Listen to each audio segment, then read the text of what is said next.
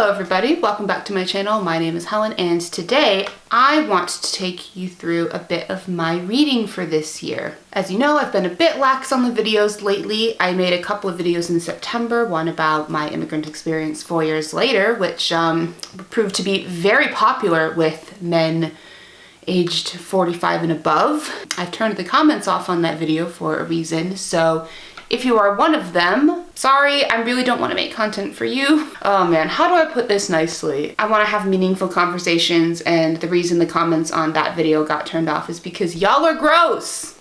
Y'all are gross, very gross. So I'm very hopeful that you're gonna see this video and either A, go away, or B, be respectful. Please, please, I beg you. That aside, today, I want to take you a bit through my Storygraph. One of the things that I really started doing after I moved to Leeds, and really after I finished my degree, is I started reading a lot more, and I wanted to keep track of that. The reading rush, which is something I did back in summer 2020, right after I moved, is part of that, so you can check that out on my second channel. I started using Storygraph after I heard about it from Hannah Witten on her channel, and I've never been a Goodreads person. I've never been really up on like the social aspect. I just wanted something to track my books. And I know Storygraph has a community function, but I really just want to use it to keep track of what I'm reading and get some insights. That is what we're going to do today. It is the end of 2022. I have reached my reading goal, and I want to take you through some of the things that I have read this year. And in order to do that, I'm going to show you my stats and also go through some of the books I've read, because I didn't leave reviews on Storygraph. I just really wanted to track them. And especially toward the end of the year, you'll start to see a pattern of why I kind of let reviews go by the wayside. So, we're going to start. This is my stats page. My username is HelenG_reads on the Storygraph. So if you want to find me on there and see what I'm doing, that is how. As you can see at the moment, I'm not currently reading anything, although technically that's not quite true. I got a lovely book about Traverse City history from my parents for Christmas. The Traverse City is my hometown, as many of you know. So I've been giving that a little bit of a read, but I haven't updated it in Storygraph yet because I just want to focus on my 2022 books. And I think this might bleed into 2023 a little bit. On the right here, you can see that I typically read fiction books that are adventurous, emotional, and reflective, which is interesting. And I typically choose medium-paced books that are less than 300 pages long. I mean, I guess maybe I'll have to see my stats on that. We'll go through my read recently at the end, but for now, I just want to go to my stats. And we're actually gonna compare two time periods. So we're gonna compare 2022 against 2021, not any particular month. So the first thing that you're gonna notice is I read significantly less books in 2022 than 2021. Part of that is because for most of 2021, I was working a part-time job where I worked from home.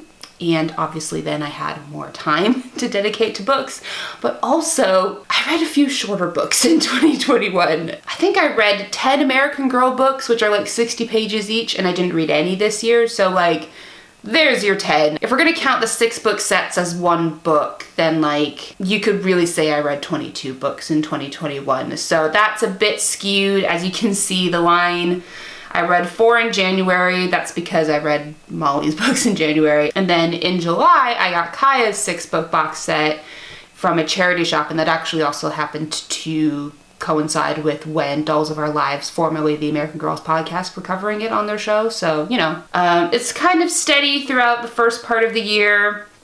In 2021, went way up in July and then started to go down in the latter half, August, September 2021. My parents were visiting, and so I had less time. And then in October, November 2021, I got the job that I have now, which is full-time and not work from home. So I obviously had less time at that point. 2022, I did not read more than 3 books in a month. Again, April, May is skewed because I was reading mostly children's books at that point. You'll figure out what those are in a bit. June was just a nightmare. We were preparing to move during that time. I didn't really have a lot new on my plate. I had to save a lot of money, so I couldn't buy new books. And then July and August was also moving, and also we went back to America for a week.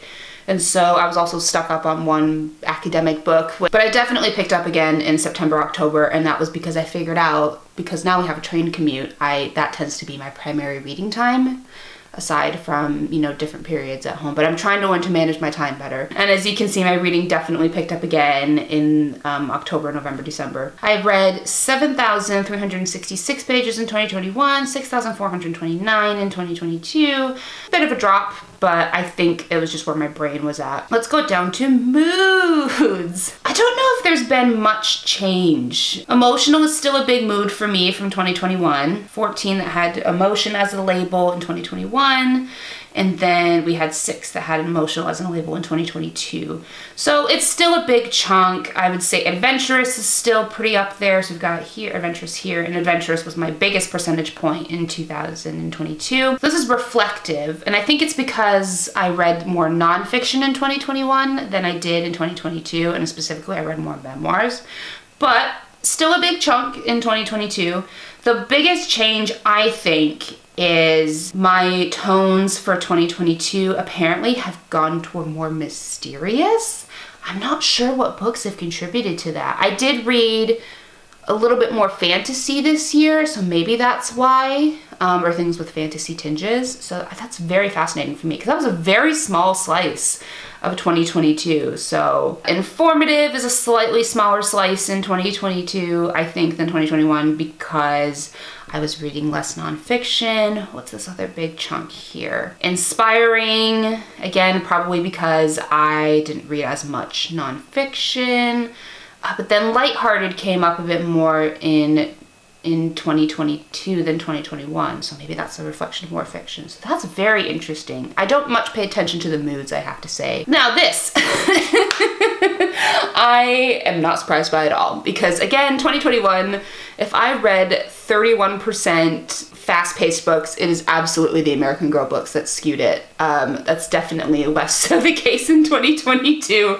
And oh my god, medium is actually basically the same. I tended to read, and that corresponds, I think, with the page number, because I tended to read more medium paced and easier things. And oddly enough, it does have to do with your font size and the ease of reading on the page. I definitely have books that I want to read. Older books tend to have really small font and are very tightly packed on the page, which makes for a harder read for me. So I'm at that stage of my life, hooray. But again, going back to pace, medium pace basically stayed the same in terms of percentage, 52 to 53.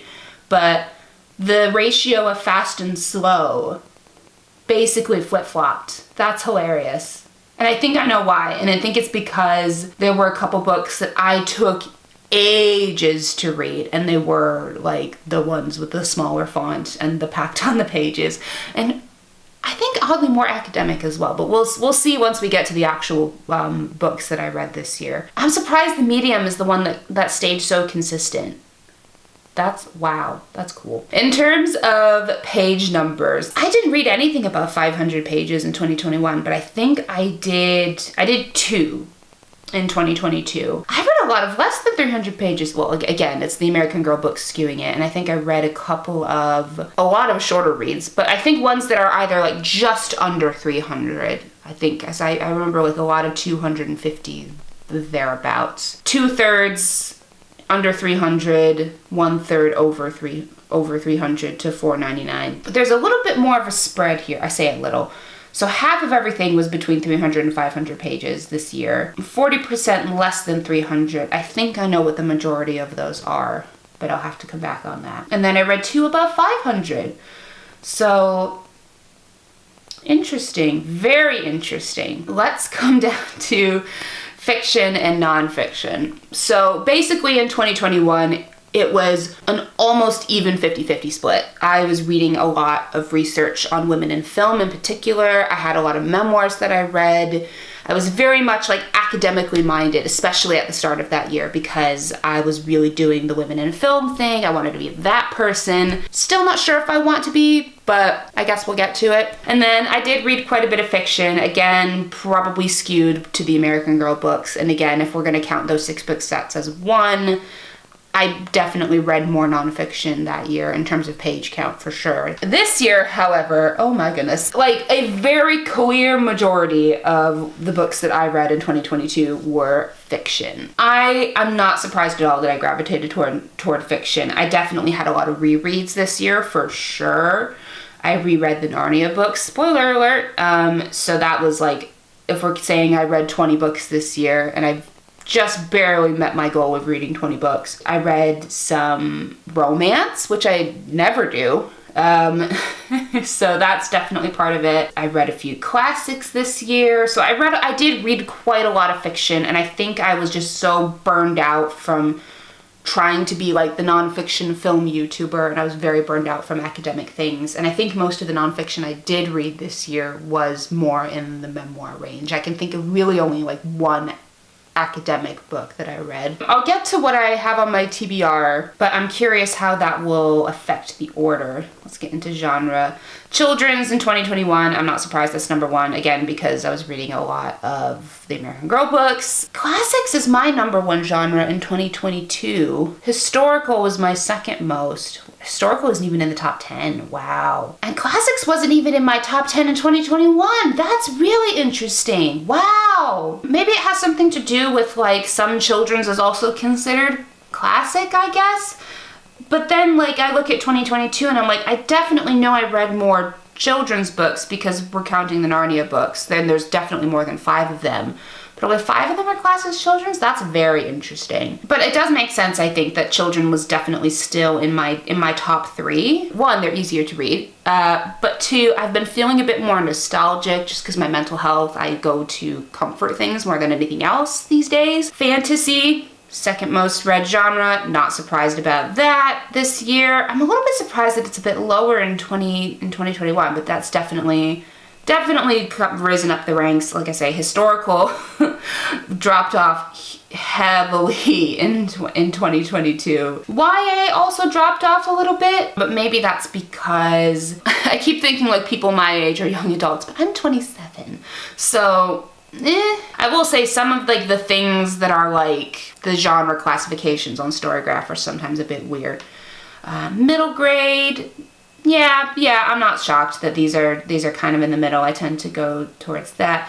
A lot more LGBTQIA. I did read 2 queer romances this year, so you know, there we go. We love that. Politics.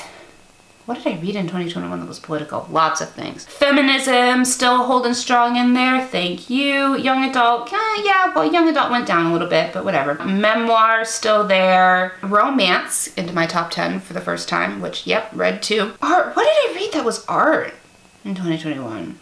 I'm genuinely struggling. I'll have to come back to that. And then literary, yeah, I'm not shocked. So it's interesting because some of these things have stayed quite consistent. The thing that I think I'm most shocked about is like classics just jumping way up in there. That's hilarious to me. I love that. No surprise. I read print books. I'm sorry. Maybe I'll get into ebooks for 2023. Audiobooks have just never been my thing. I tend to listen more to music and podcasts. If I'm reading a book, I want to be 100% focused on that book. So sorry. The only audio I do tend to listen to when I read is either scores, which don't have any lyrics in them, or ASMR. Although I am getting better about listening to some podcasts while I'm on the train and also reading books. So there's that. But I don't think I can listen to like my favorite music while I read because like I need to give either me the music or the book the full attention. So not shocked. Most read authors. My most read authors in 2021, shocker, were the 2 authors that wrote the American Girl books. So I read the entire Kaya series, which was read by Janet Shaw, and then 4 of Molly's books in 2021. I read the previous 2 in December 2020.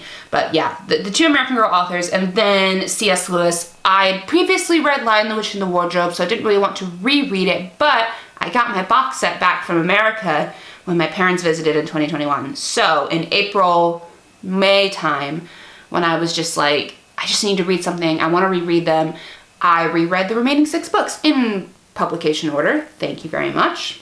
So yeah, not shocked C.S. Lewis is my most read author of the year. And I think I only read 1 book per author the rest of the year. Languages, yeah, everything's in English. And lastly, reviews. I didn't do any reviews in 2022, and I started doing reviews in 2021, but really mainly I'm mostly interested in the stats. So now that that's done, I want to go again to my profile, and I want to actually take you through the books that I've read. So starting with my most recently finished, I have Siege and Storm, which is the 2nd book in the Shadow and Bone series. Season 2 is coming out, I think, I want to say March next year. I liked the show. I liked the first season of the show, but I think reading this book really solidified for me that the reason that I like this show so much is because of the Six of Crows characters. So it's not on my TBR, but I would be interested to pick up the Six of Crows books from the library. I think I would want to read the 3rd book in the Shadow and Bone trilogy before I do the Six of Crows duology because I'm a completionist. Then on the same day, I finished Jane Eyre, which I had not read since college. And if you've seen my tweets, you know my feelings about St. John Rivers. He would have been at the Capitol. That's just the truth. I employed the strategy of this was my train read, but I also had separate, simpler books that I would read at home. Although towards the end of the year, I did start reading more of Jane Eyre at home because it got more interesting. Wizard of Oz, this was a gift from one of my husband's friends. I can't remember the occasion, but I basically read this in an evening, and I hadn't read it since middle school, and it's fine. Beautiful book though. Rejected Princesses. This is one that I took back from the States when I went home this summer. I really enjoyed this. I love this. I have the sequel Tough Mothers on my TBR, and hopefully when it's in stock somewhere I will be able to get it. But I love this so much. I grew up on The Parent Trap and to some extent Pollyanna, but like I adore Haley Mills. I was so interested to read her memoir. Very fascinating. I picked this up while I was in the States. Now we get on to the 2 romance books. I just needed something simple. I was in London the weekend of the Queen's funeral. I didn't go for the Queen's funeral, but I was fascinated to see the queue, and also I just wanted to dig it myself. So I went to the big Waterstones in Piccadilly, obviously, and I picked up these 2 because I'd heard quite a bit about them, and I really enjoyed both of them. I think I tore through this 7 Husbands of Evelyn Hugo within a week. One of the best representations I think I've seen in literature of bisexuality. As someone who's bi, I really appreciated it. Very interested to pick up some of this author's other books. And one last stop I also appreciated. I think this main character also identifies as bisexual. I can't remember. But I love this story. The tension at the end where they're just trying to, get everything done. It really grips you, and I really enjoyed it. Christopher Eccleston's memoir. So this is one that my husband and I both read, and I don't know if enjoyed is the right word, but it definitely made both of us rethink how we view ourselves and our respective mental illnesses. And I don't know, it's not your typical celebrity memoir. Like, yes, it covers the points that you would expect. Like, obviously we're going to talk about Doctor Who, but he is so honest with his mental health struggles, and I really appreciated that. This is the one that took me ages. I mean, it's an interesting take on the history of ratings, because obviously this is very different in Britain with the BBFC than American history, because we had the code and then the MPAA. So it's an interesting read. However, I think I was just not down for the academic tone. Yeah, it took me 2 months. Devoted was a reread from my college years. I really enjoyed this as someone who also broke out of their religion and moved away. I think it's really honest. And then we get into all of the Narnia books. I read them, of course, in publication order. The Last Battle and The Horse's Boy in particular. Obviously, these books were all written in the 50s, and some aspects of them have not aged very well. Those two in particular are not very great racially to certain characters and groups of people. So that was interesting because I love this series a lot, and I had been kind of looking at it with rose-tinted glasses, especially with the films. And maybe it's because the fact that we didn't get to these later books in the films yet that I was able to kind of brush them off. But there's some pretty not okay stuff in Horseman's Boy and Last Battle. Reread them because I feel like you need to know, but know that that's there. But I do appreciate the books, and I'm very interested to see what Netflix will do if in fact they do anything. I have officially lost count of where we are. I did read Little Women, but I read it with my main interpretation being Greta Gerwig's version, which of course is not told in chronological order. Oh, this was the other 500 plus. Yeah, that checks out. I enjoyed it. I think I actually prefer the timeline that Greta Gerwig went with in the film, but I enjoyed the characters nonetheless. This was a short story collection that had been gifted to me by my grandmother-in-law, and that kind of became my in-between read, if you will. I often read this when I was done with a book and didn't really know what to read next, so just read a short story out of here. And I'd often read this alongside other books as well. I probably did start reading this in 2021. I'll have to check. It was fine. I mean, some short stories were for me, some were not. It's a short story collection. These two I read alongside each other. Right, these were the first two I read in 2022. So Tim got me this huge coffee table musicals book. I'll actually pull it out real quick because spoiler alert, I love musicals. So this was Tim's Christmas gift for me in 2021. And yeah, I enjoyed it. And then I think I read the Hans Christian Andersen fairy tales, one because I could kind of parse it out a bit easy, but also two, I think I was looking for some inspiration for like adapting something for the screen, and that hasn't happened this year, so you know. The last thing I want to leave you guys with is a bit of my TBR pile. Now this consists of things that I own / things that I have on order / things I want to get from the library. So technically I have a few things. As I said, I'm reading the Vintage Postcards book from Traverse City at the moment. I just haven't entered it yet. I have Lawrence Chaney's book on order. I have pre-ordered Spare. I'm watching the Harry and Meghan docuseries right now, and I'll give my thoughts in a later video because it relates a little bit more to my immigration journey. So, you know, whatever. I have Nathan Chen's memoir, which was published at the beginning of December, but they had to order from the publisher, so I guess I'll get an email when that's shipped. As I say, I want to read Tough Mothers. There's a few other things that I have not purchased yet. Would love to read the Sondheim books, but no. I have Jeanette McCurdy's book. This was a gift from my sister.